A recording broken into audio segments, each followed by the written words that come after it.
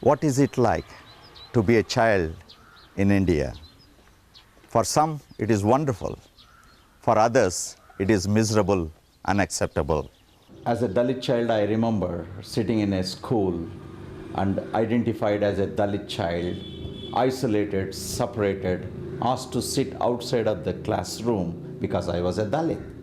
And I remember those days when I was lifting my hands up to ask a question to my upper caste teacher. He would not answer me, he would not look at me. Instead, he will just totally ignore me. That's the sad, bitter memories I have of a child myself being a Dalit in the schools. Dalit children in India are not educated for centuries, thanks to caste system which is playing havoc in the nation of India even today. In the year 2000, around 800 top Dalit leaders of our country came together with a plea: please educate our children. Modern India is full of achievements, of which its government and people are justly proud. Shining India has been to the moon and is off to Mars. But there's another India, a sort of shadow side, largely unseen by the rest of the world, or indeed by many of India's wealthier 1.2 billion citizens. It's more than the familiar scenes of poverty. It's a world of darkness, where, in addition to extreme deprivation, lurks persecution and oppression on a huge scale. In this, the other India, far from the gaze of Western democracies, the Dalits, along with India's other destitute and oppressed peoples, all 300 million of them, struggle to survive. Condemned to poverty, starved of opportunity, harassed and subject to daily cruelty, this is the world of India's forgotten children.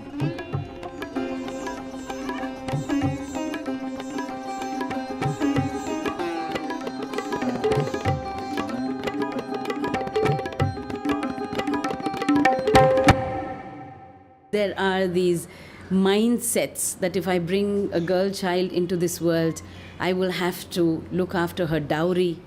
I will have to take care of her till she grows up and is married off. With this, of course, we have a lot of other issues where children are being married off very young ages. Over and above that, we have issues now of children and women being trafficked.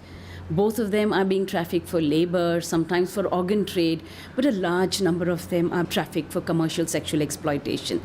And it's very easy for people to blame the government, politicians, industrialists, whoever it may be, to say that, oh, you see, they were born in poor families, or they were born in so-and-so caste, or they're born in cities and towns and districts and states of India which is not so developed. If India can go and reach the moon, it doesn't want to reach its father of districts. How far could that be?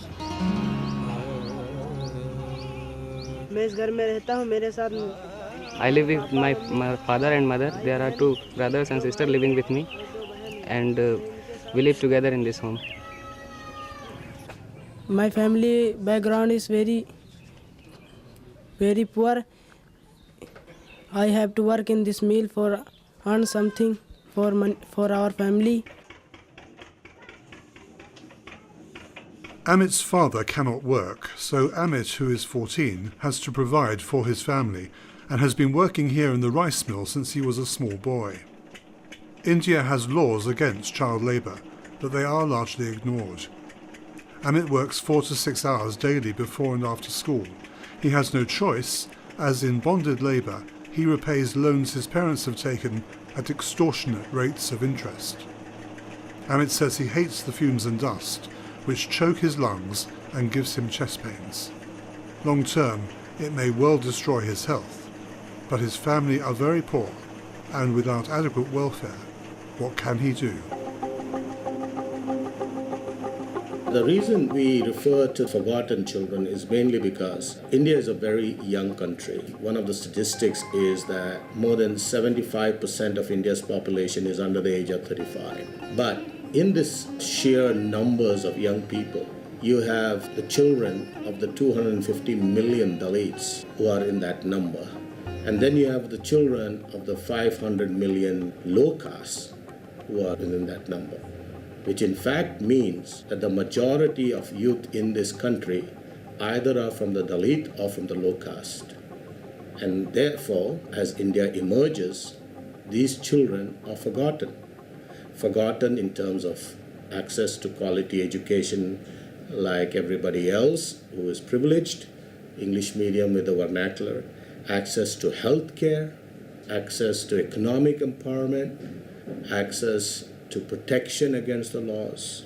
Their plight has been called by various commentators as nothing less than national shame. There is a lot of structured violence that happens, a lot of exclusion and discrimination that girls face. Even violence, severe violence, physical violence, mental violence, restriction of freedom, a lack of choice in terms of marriage, profession, education, employment.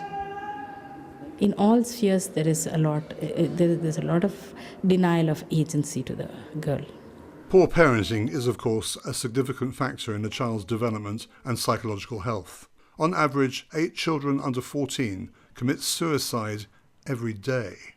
One such, who miraculously survived her own serious attempt to take her life, is Mariam. We have had to obscure her face, as recently there have been several attempts to kill her. Indeed, just the day before this interview, there was an attempt to abduct her from the hostel where she sought refuge. Mariam's mother was a bar dancer who routinely slept with her clients, and from when Mariam was only 4, regularly brought them back home to share the bed which she in turn shared with her daughter.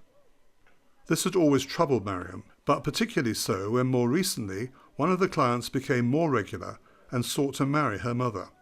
Sharing their bed, this man started to abuse the young Mariam. Distressed and confused by all this, Mariam attempted suicide by lying on the railway tracks. In the event, not being of great size, the oncoming train passed over her, but severed her lower leg in the process. Rescued by a passer-by, she was taken to hospital, and despite profuse bleeding and devastating damage, her life was in fact saved. But there was worse to come. On 5th October, that Isha, my friend, she called me up and she told me on 2nd October your mom committed a suicide. And why? Because Vijay, he left her.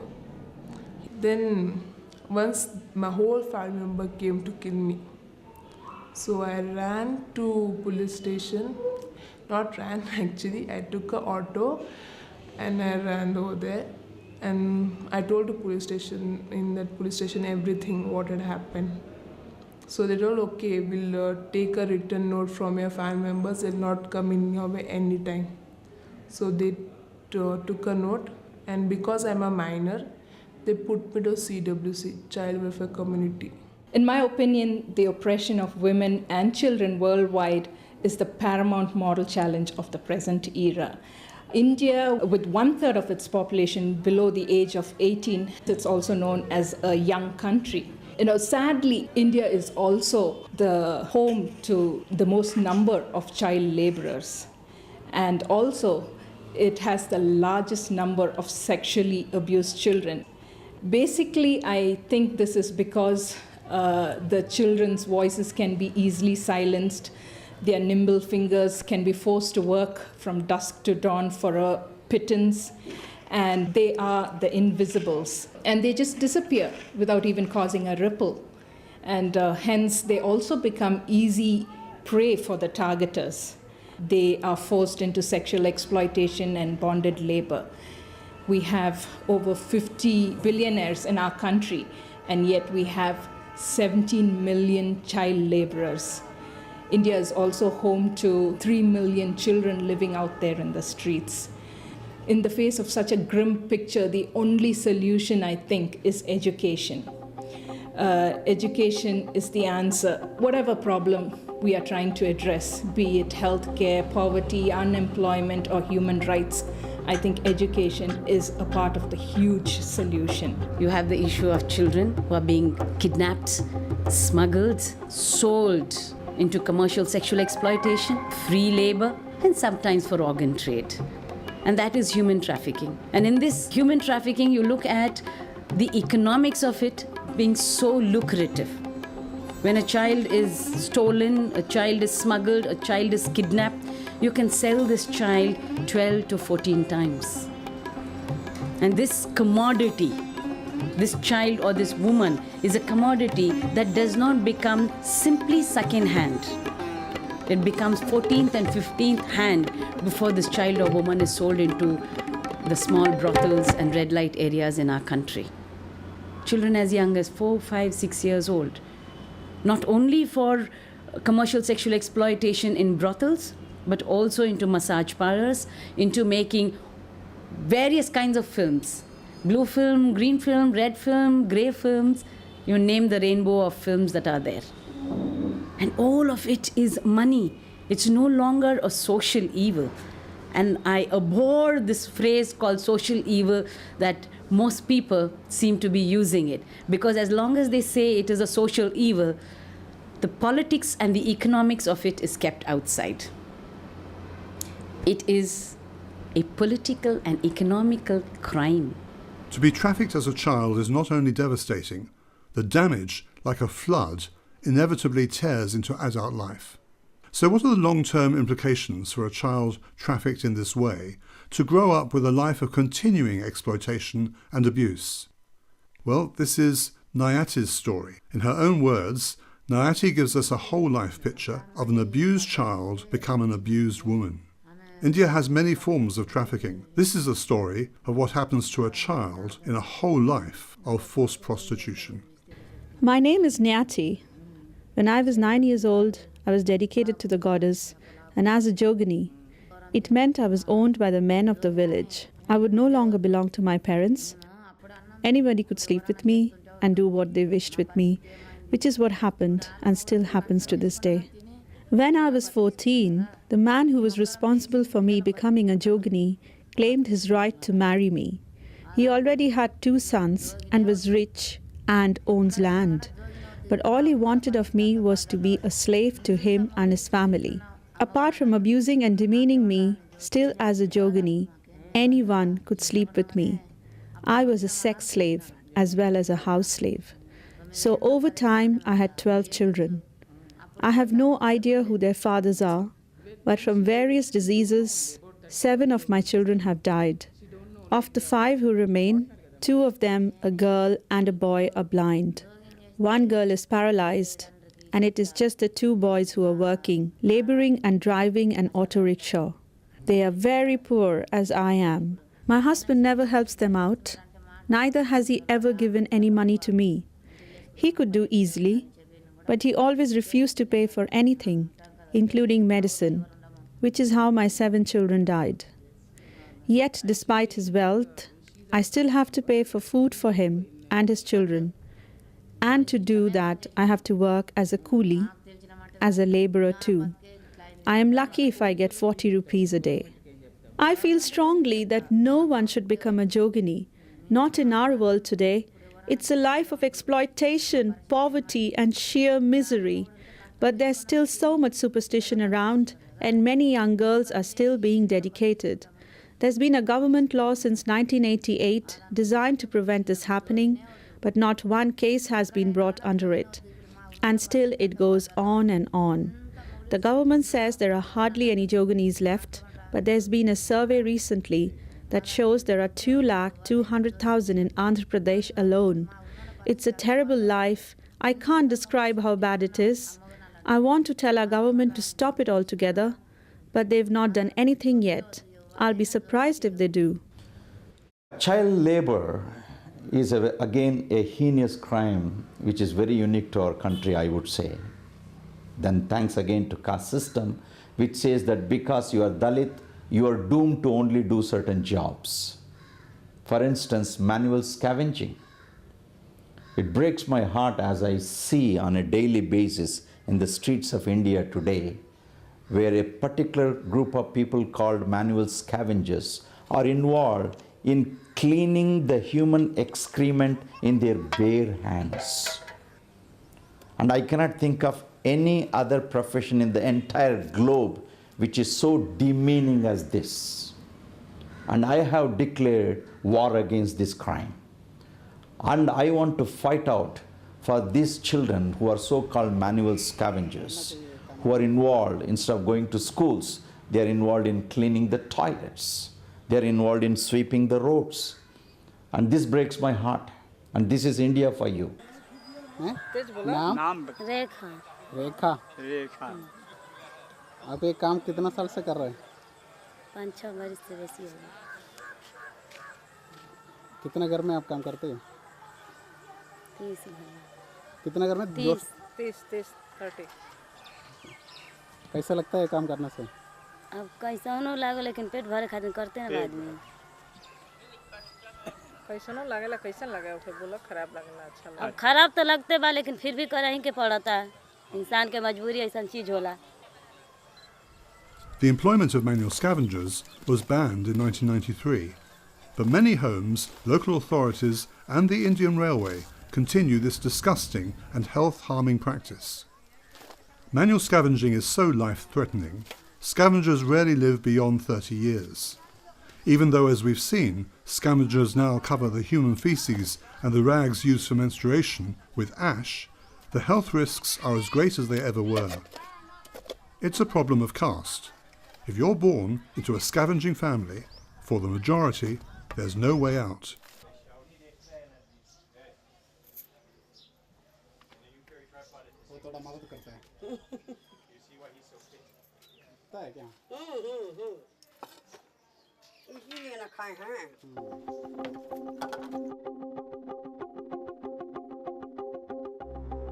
This is not the India which the world is known, because they think India is shining.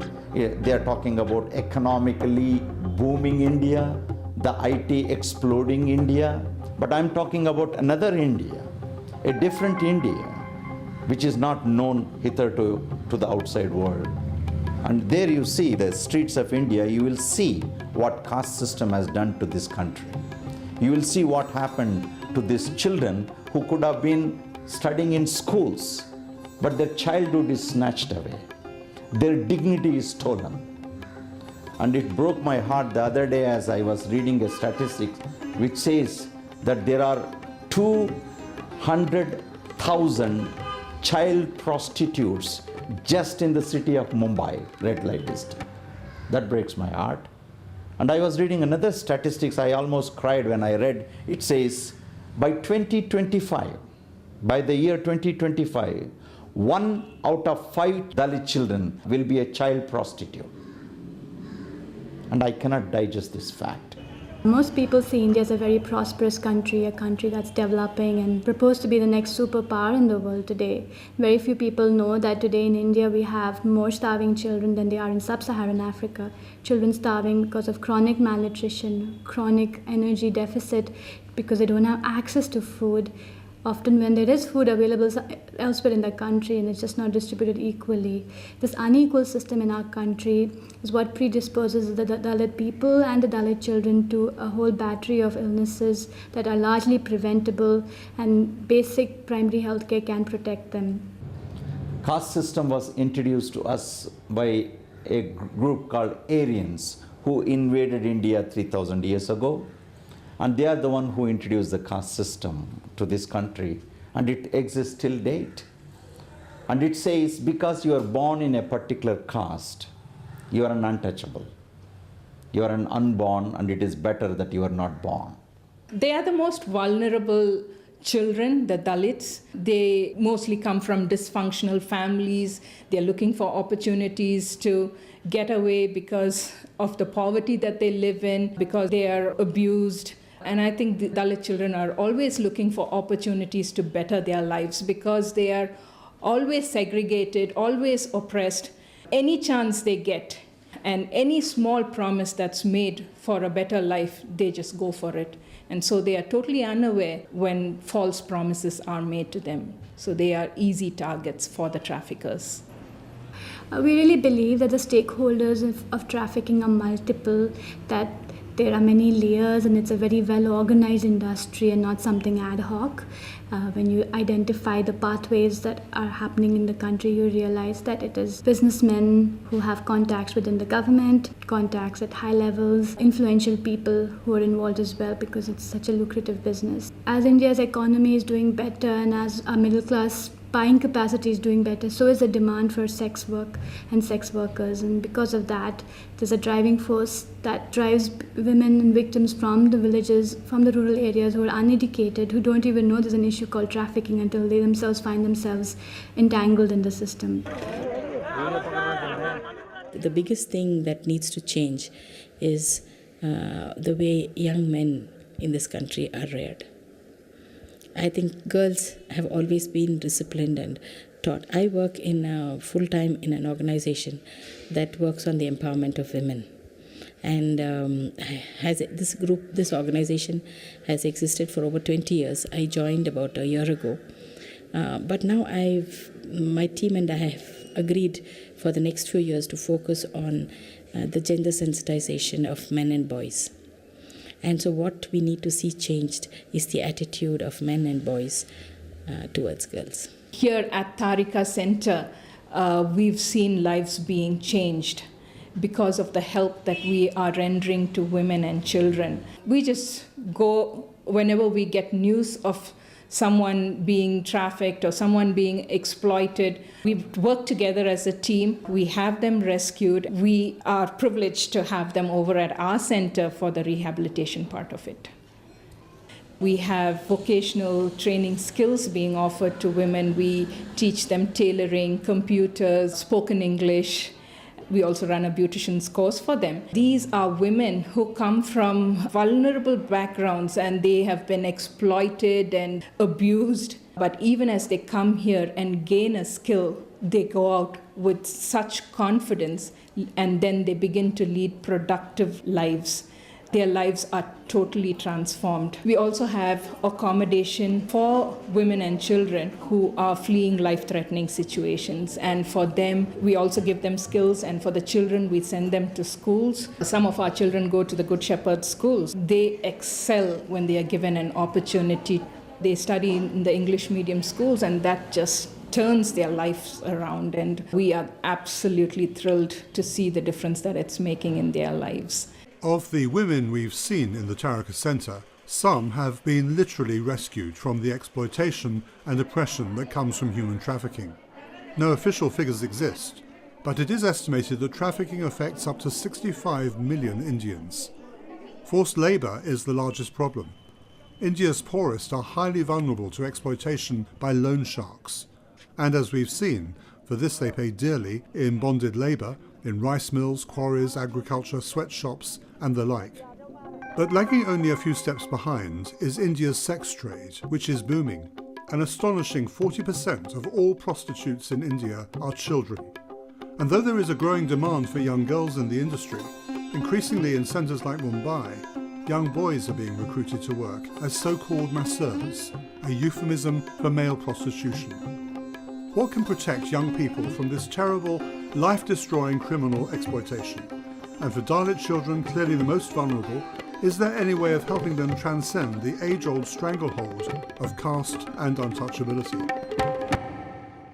From the Dalit community has come the recognition that short of abolishing caste itself, almost an impossible dream, education is the true key, a way to unlock the oppression of the centuries and to free potentially millions from the dark side of the other shameful India.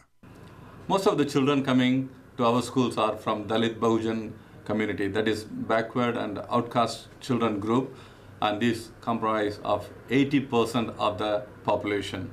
Their job depends on the English medium education. So people request us to come to the villages and the neglected places where we can for those children. We have over 24,000 students in our schools, and 80% of the children are coming from this community. Many of their parents have no job or smaller jobs and they cannot afford for English medium education. Because the children are going to the school, many are not being taken away to the cities for other small menial jobs, and they get vanished. They are not anymore traced. So Our schools are giving not only education, primary medical attention and economic development, and prevent the children being trafficked to the other cities. The Dalits themselves believe if they want to break caste in the minds of the Dalit people, and the place to begin it is with children who grow up thinking that they are not less than anybody and they are not untouchables. They are equal in value like anybody else, and are provided not just a secular curriculum of English education with a government certificate, but their thinking pattern of how they think themselves and the dignity that they have and the self-worth that they have is very critical. And so the education model that they have wanted, centers and schools that affirms this. Now, education for our children and for the early children is really prevention from trafficking.